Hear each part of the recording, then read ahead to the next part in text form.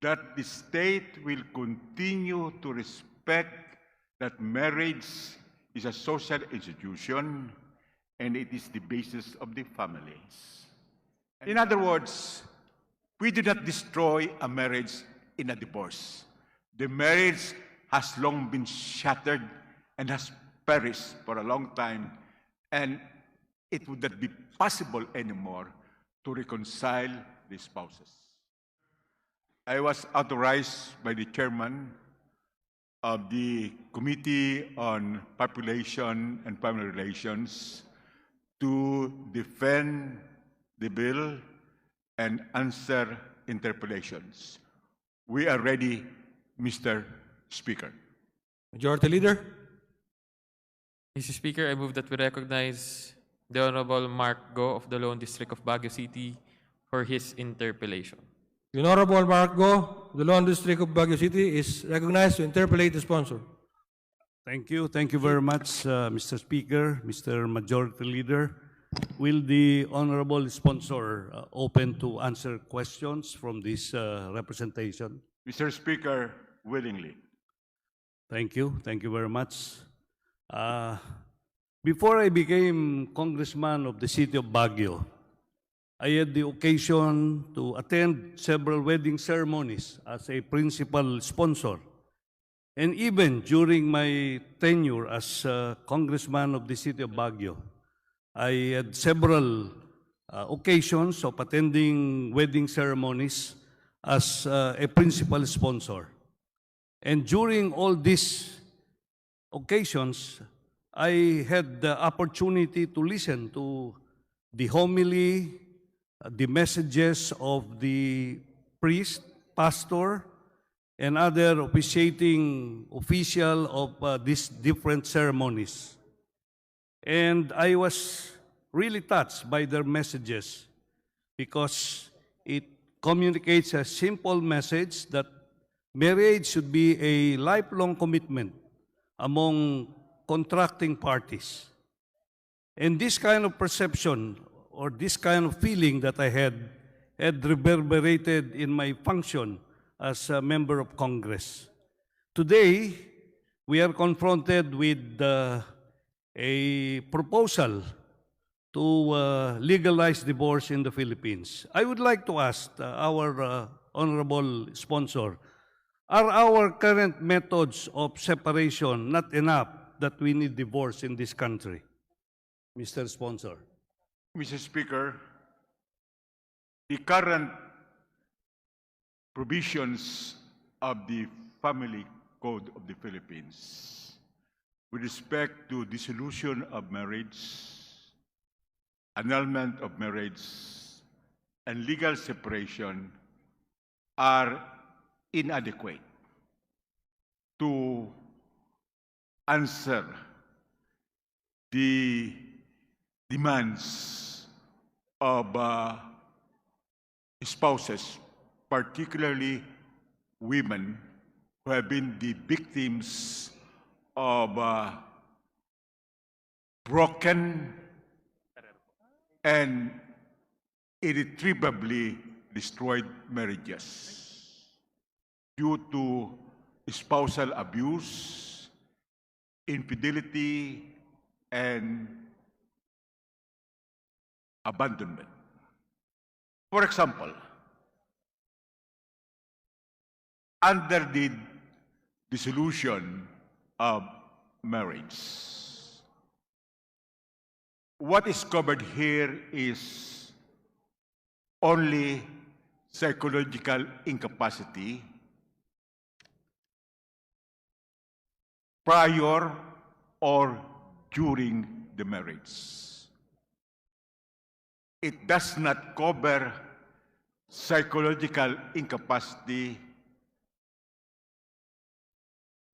which happened and occurred and originated during the time of cohabitation after marriage.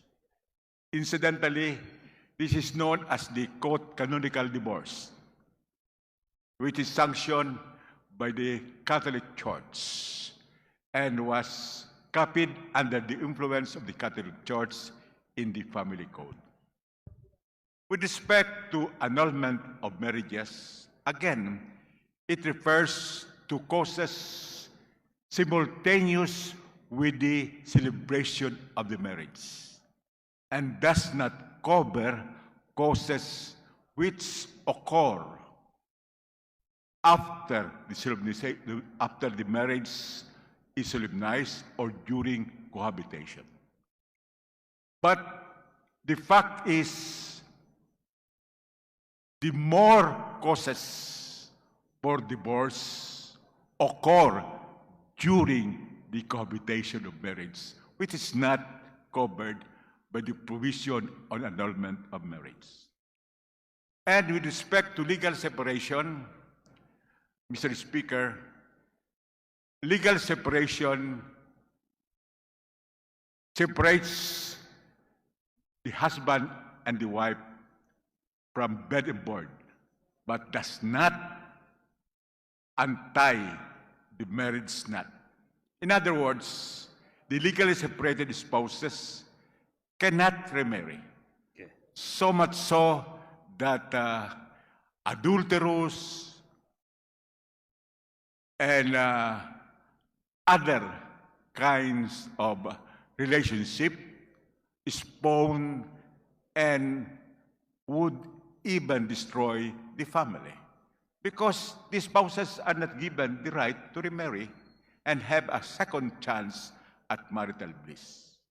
The answer is the present grounds of dissolution of marriage, annulment of marriage, and legal separation are grossly insufficient, and they are lengthy and very expensive proceedings. Thank you, Mr. Speaker. Thank you, Mr. Sponsor.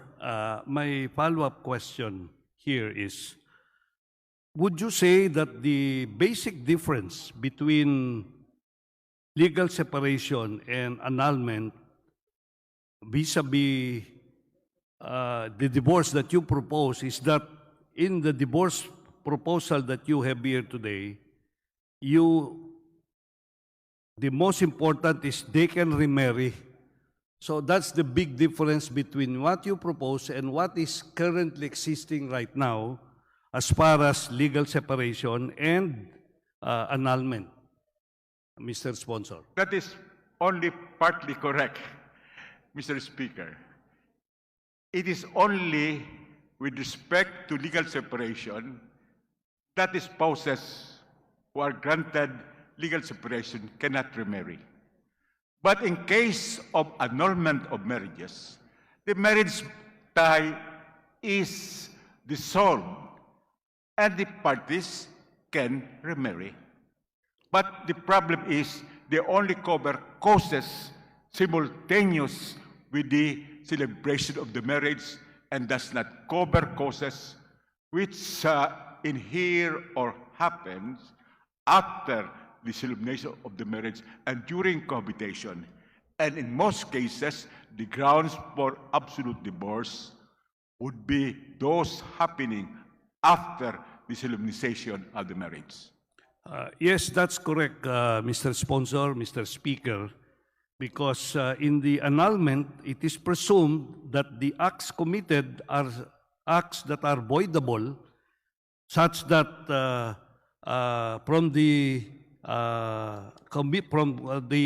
commission of these voidable acts, once it is declared, they can remarry, unlike in the legal separation, as you stated. I would like to find out also, you mentioned that in the bill that you want an expeditious and affordable divorce that will be availed of by those individuals who are situated as expounded by you. I would like to find out how much would be the cost of your proposal should it be approved into law. Let's say there is a divorce as compared to the current procedure or the current annulment as well as legal separation. How much is the cost now?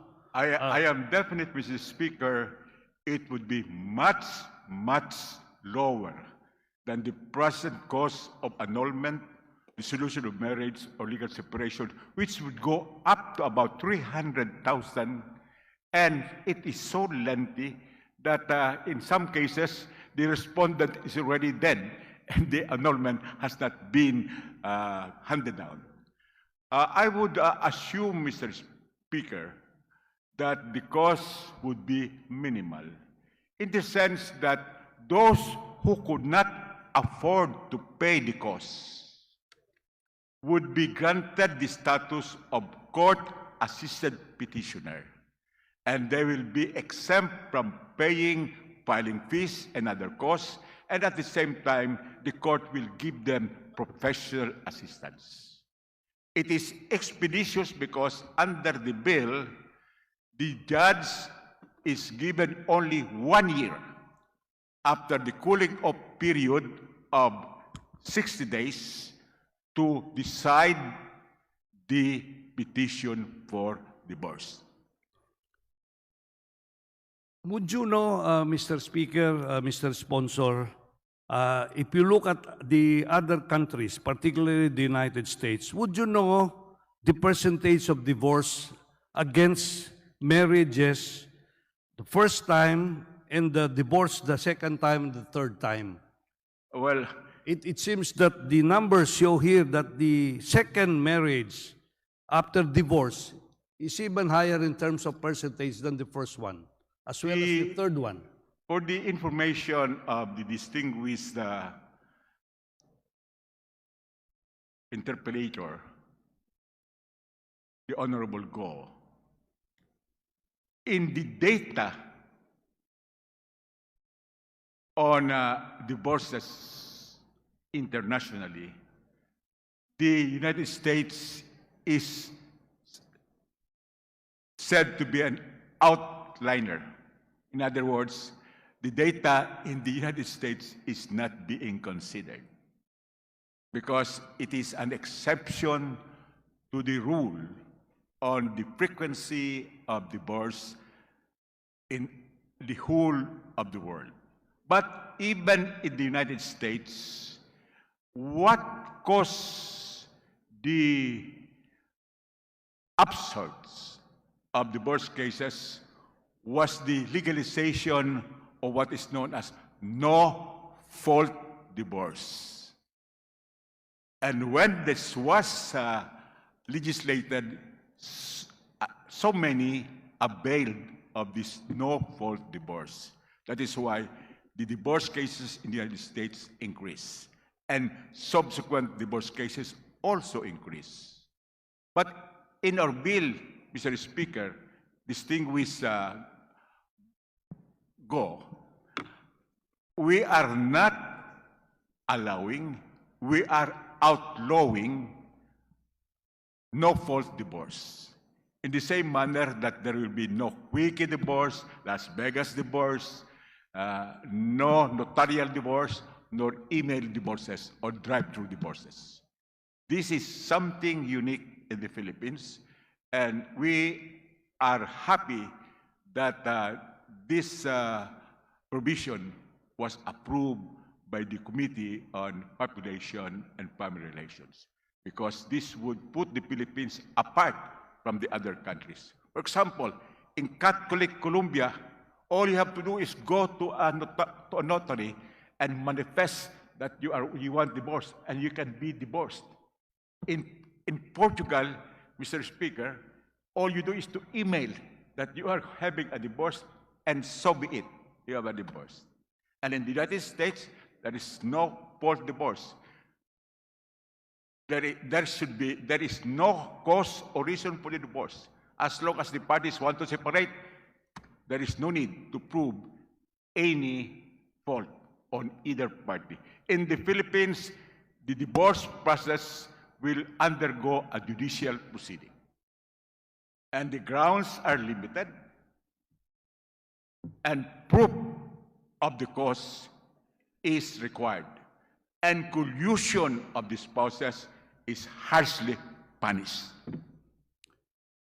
Mr. Speaker, Honorable Sponsor, Data from Burkina Faso in Africa and additional surveys illustrate that remarriages is a common practice following divorce, with a significant percentage of divorced individuals remarrying with just a few years of their divorce. The actual rates of divorce are found to be as high as 11%, and a substantial portion of divorced individuals report remarrying within a short period time frame, with 84% remarrying within 2 years and 75% remarrying within the same year as their divorce.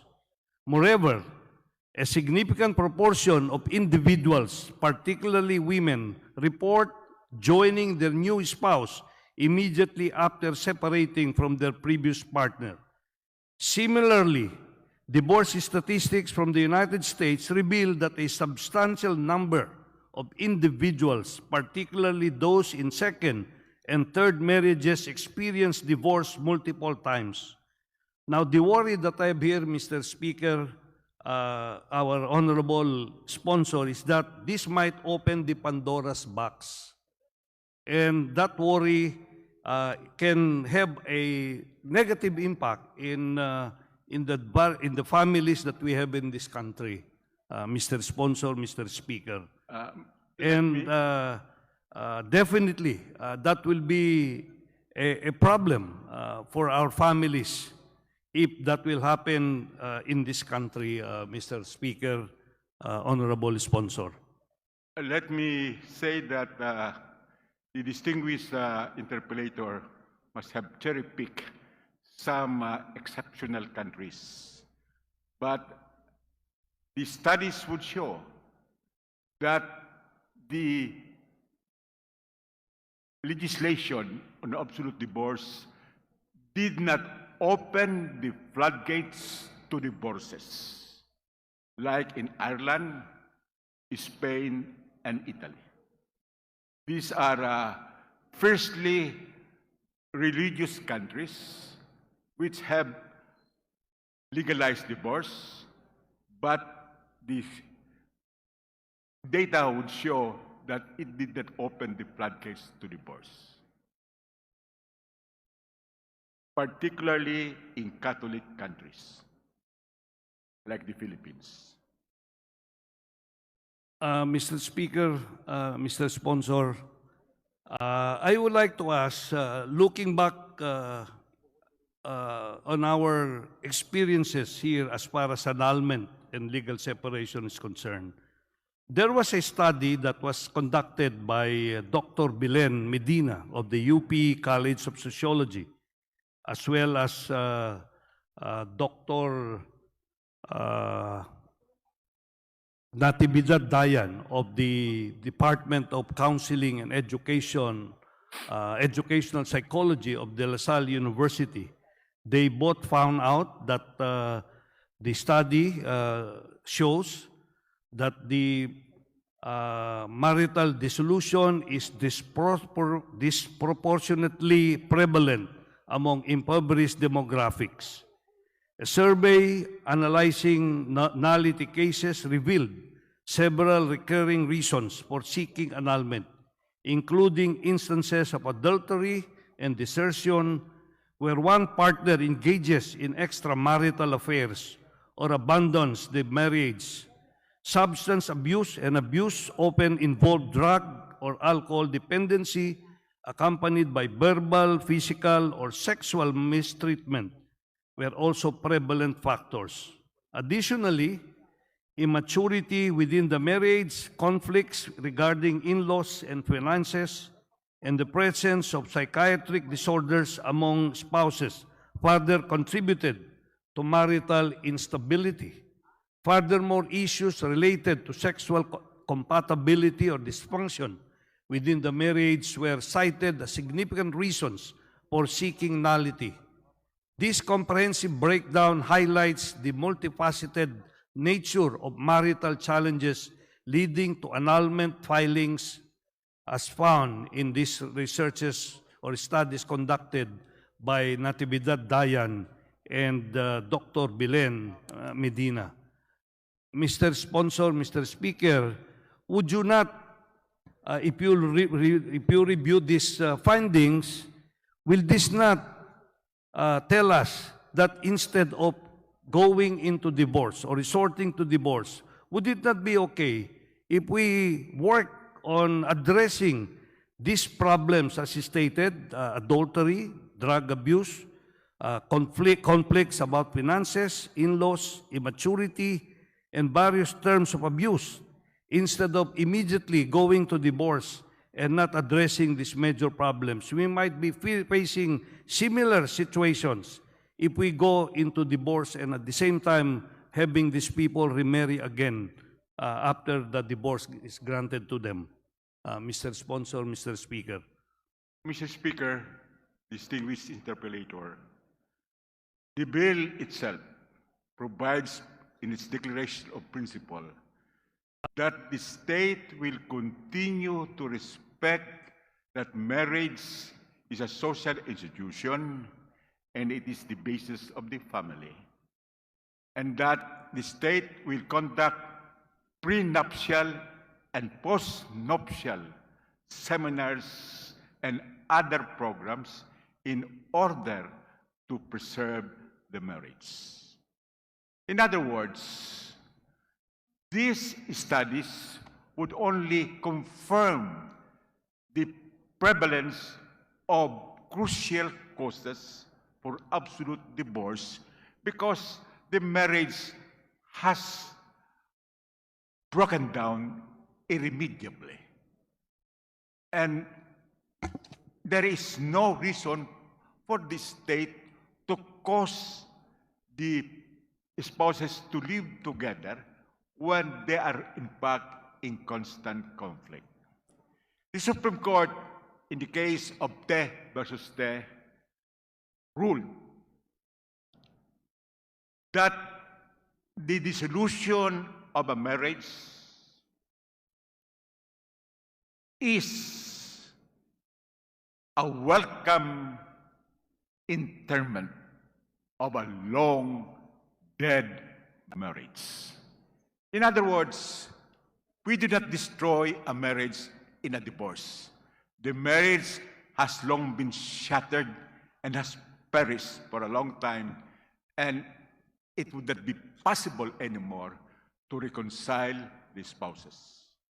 For example, if a wife is being threatened almost daily with abuse and cruelty and could lead to her death, why wait until the wife is dead before she could secure freedom from a toxic and dangerous relation? Mr. Speaker, Mr. Sponsor, but that kind of situation, the abused party can invoke Article 55 of the Family Code. She can seek for legal separation as provided for under Article 55 of the Family Code, which says that repeated physical violence or grossly abusive conduct directed against the petitioner, a common child, or a child of the petitioner.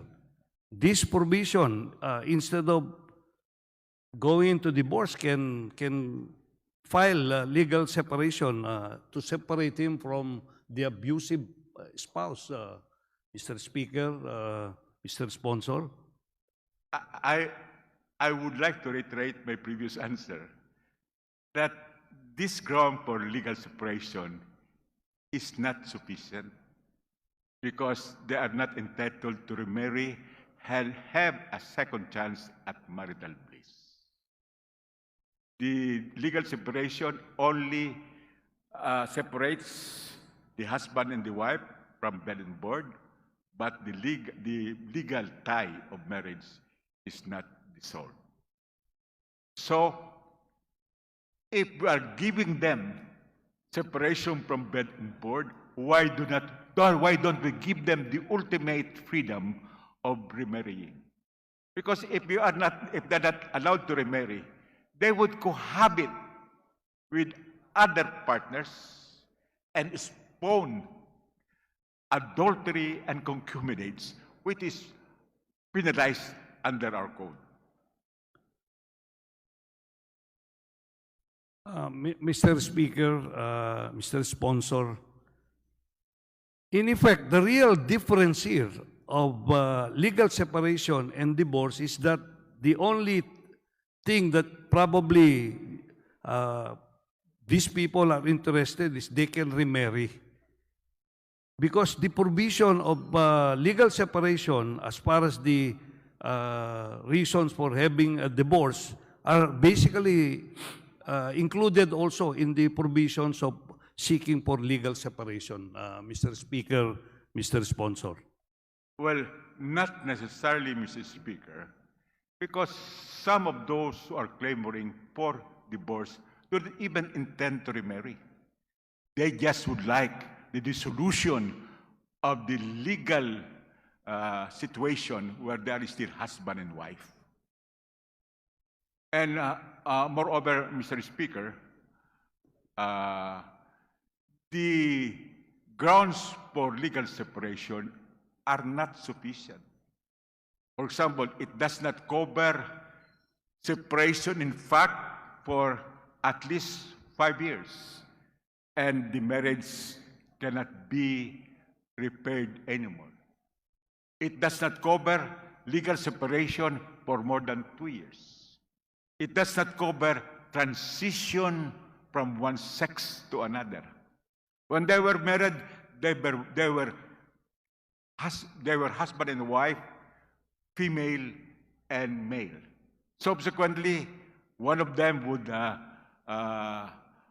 undergo a surgical operation wherein he or she would be getting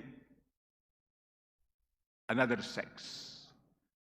Ultimately, the marriage would be having partners of both women or men.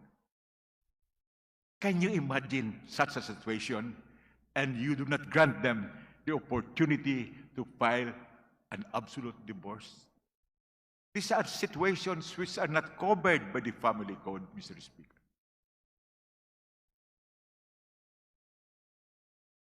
Mr. Speaker, Mr. Sponsor, do you have any, let's say, how many times they can have a divorce per person?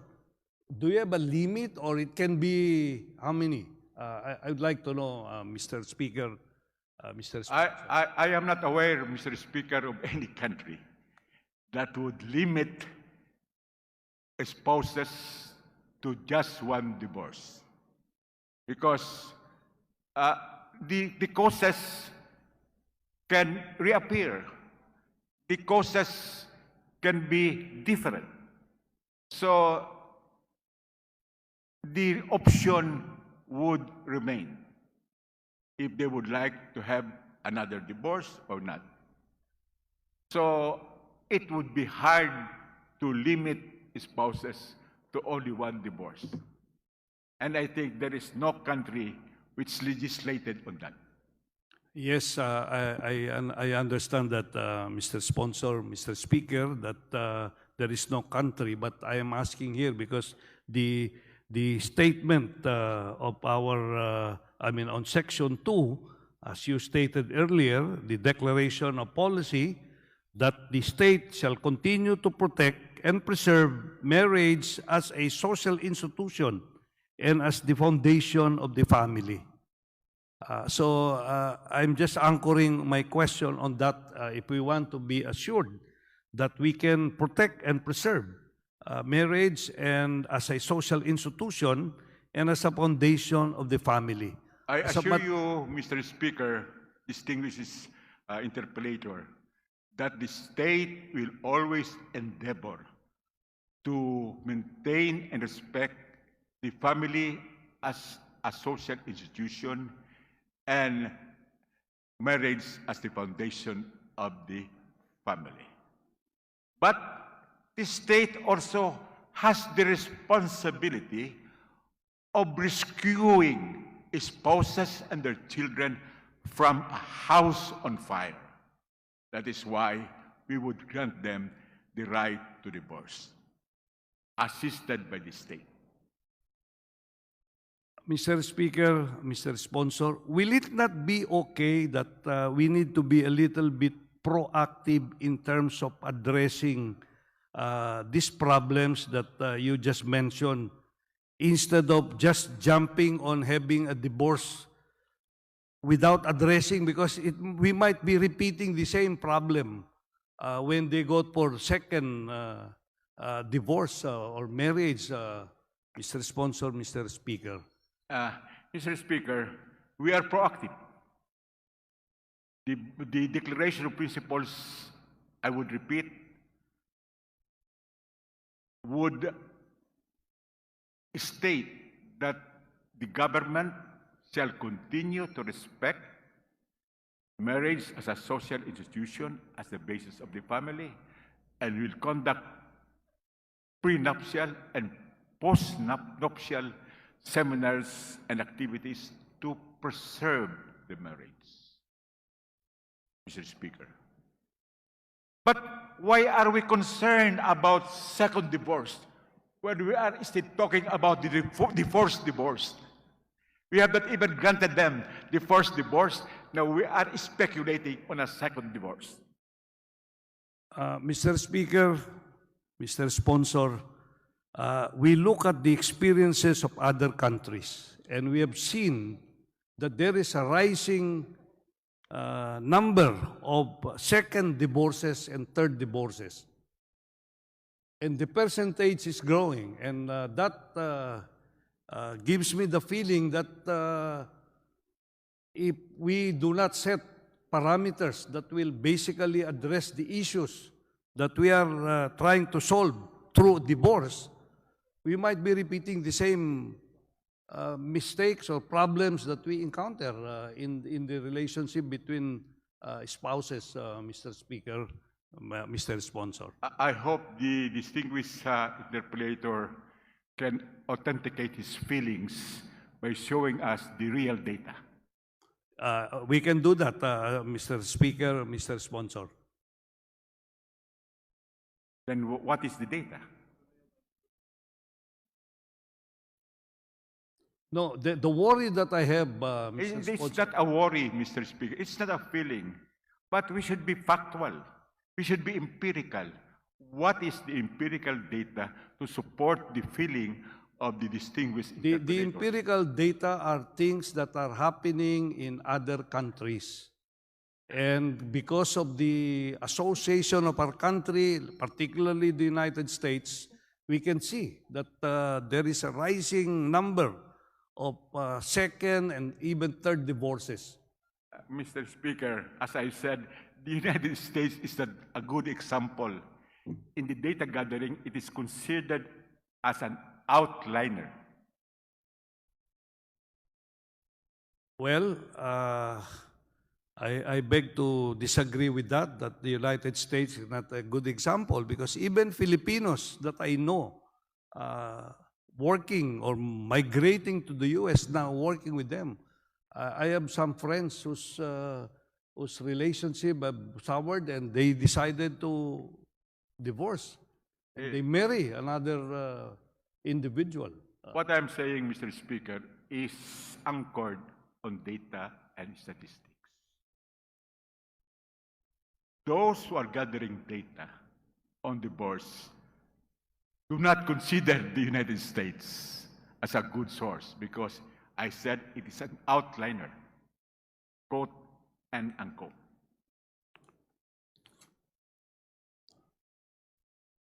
Okay, Mr. Speaker, Mr. Sponsor, I think that is a different perspective, but let me continue my other question. When you speak of irreconcilable differences here, can you cite specific cases of irreconcilable difference? It can be political, it can be religious, it can be social, between husband and wife.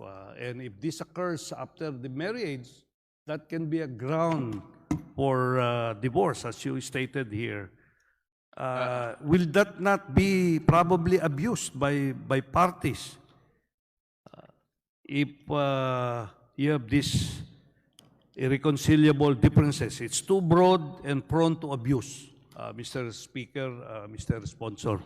I would like to know how assured are we that such situation or such reason for having a divorce is the irreconcilable differences will not be abused by parties. Any abuse would be contained and prevented by the proper court. But we have a definition in the bill on irreconcilable differences, which is rather stringent. It says here, irreconcilable differences refer to the substantial incompatibility of the spouses due to their intransigence or fault by holding on to divergent and divisive behavior, resulting in the total breakdown of their marriage, which could not be repaired despite earnest efforts to reconcile. What are the elements here of irreconcilable differences? One, it must be substantial incompatibility. Two, it must be intransigent or fault of holding on to divergent and divisive views. Three, it must result to the total breakdown of their marriage. And fourth, the breakdown is beyond repair despite earnest efforts to reconcile. These are stringent conditions, Mr. Speaker, which we have imposed so that it will not be subject to abuse. Mr. Speaker, Mr. Sponsor, the subjective nature of irreconcilable differences, the way it is written here, it's very clear. But in terms of the interpretation of individuals here when they go to court and present this irreconcilable difference, it is the subjective of the individual's interpretation of what this is. No. For example, in terms of religion, you change your religion in between. You can have an irreconcilable difference in terms of belief. It can be even political. It can be social. That can affect the relationship of the two individuals, Mr. Speaker, Mr. Sponsor. It could be subjective with respect to the petitioner or the respondent, but it is not subjective with respect to the court. Because the court would exercise judicial discretion and impartiality in assessing whether the conditions for irreconcilable differences are present or not. In other words, it is not for the party to decide. It is for the court to adjudicate. And this will be subject to proof and evidence because there is a judicial process.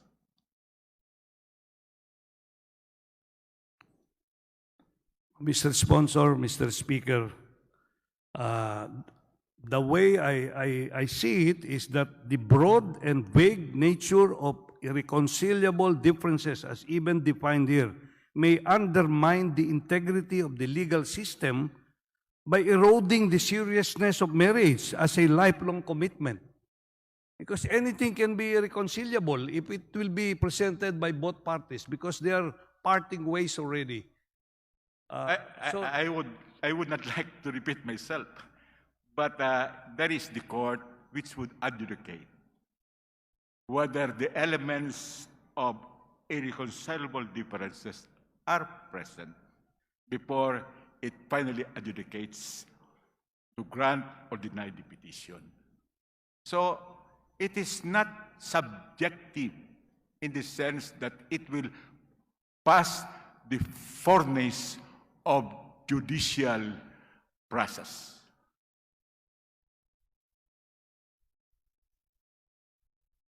There will be, Mr. Speaker, Mr. Sponsor, in your proposal here to ensure that all the requirements to have, probably as proposed here, address all the the issues and concerns in the implementation of this bill.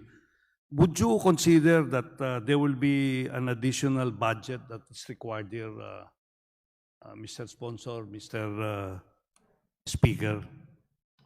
Well, definitely there would be the need for additional budget because most probably we will have to create more domestic courts to adjudicate cases, principally during the first stages, because millions of women are waiting for this measure.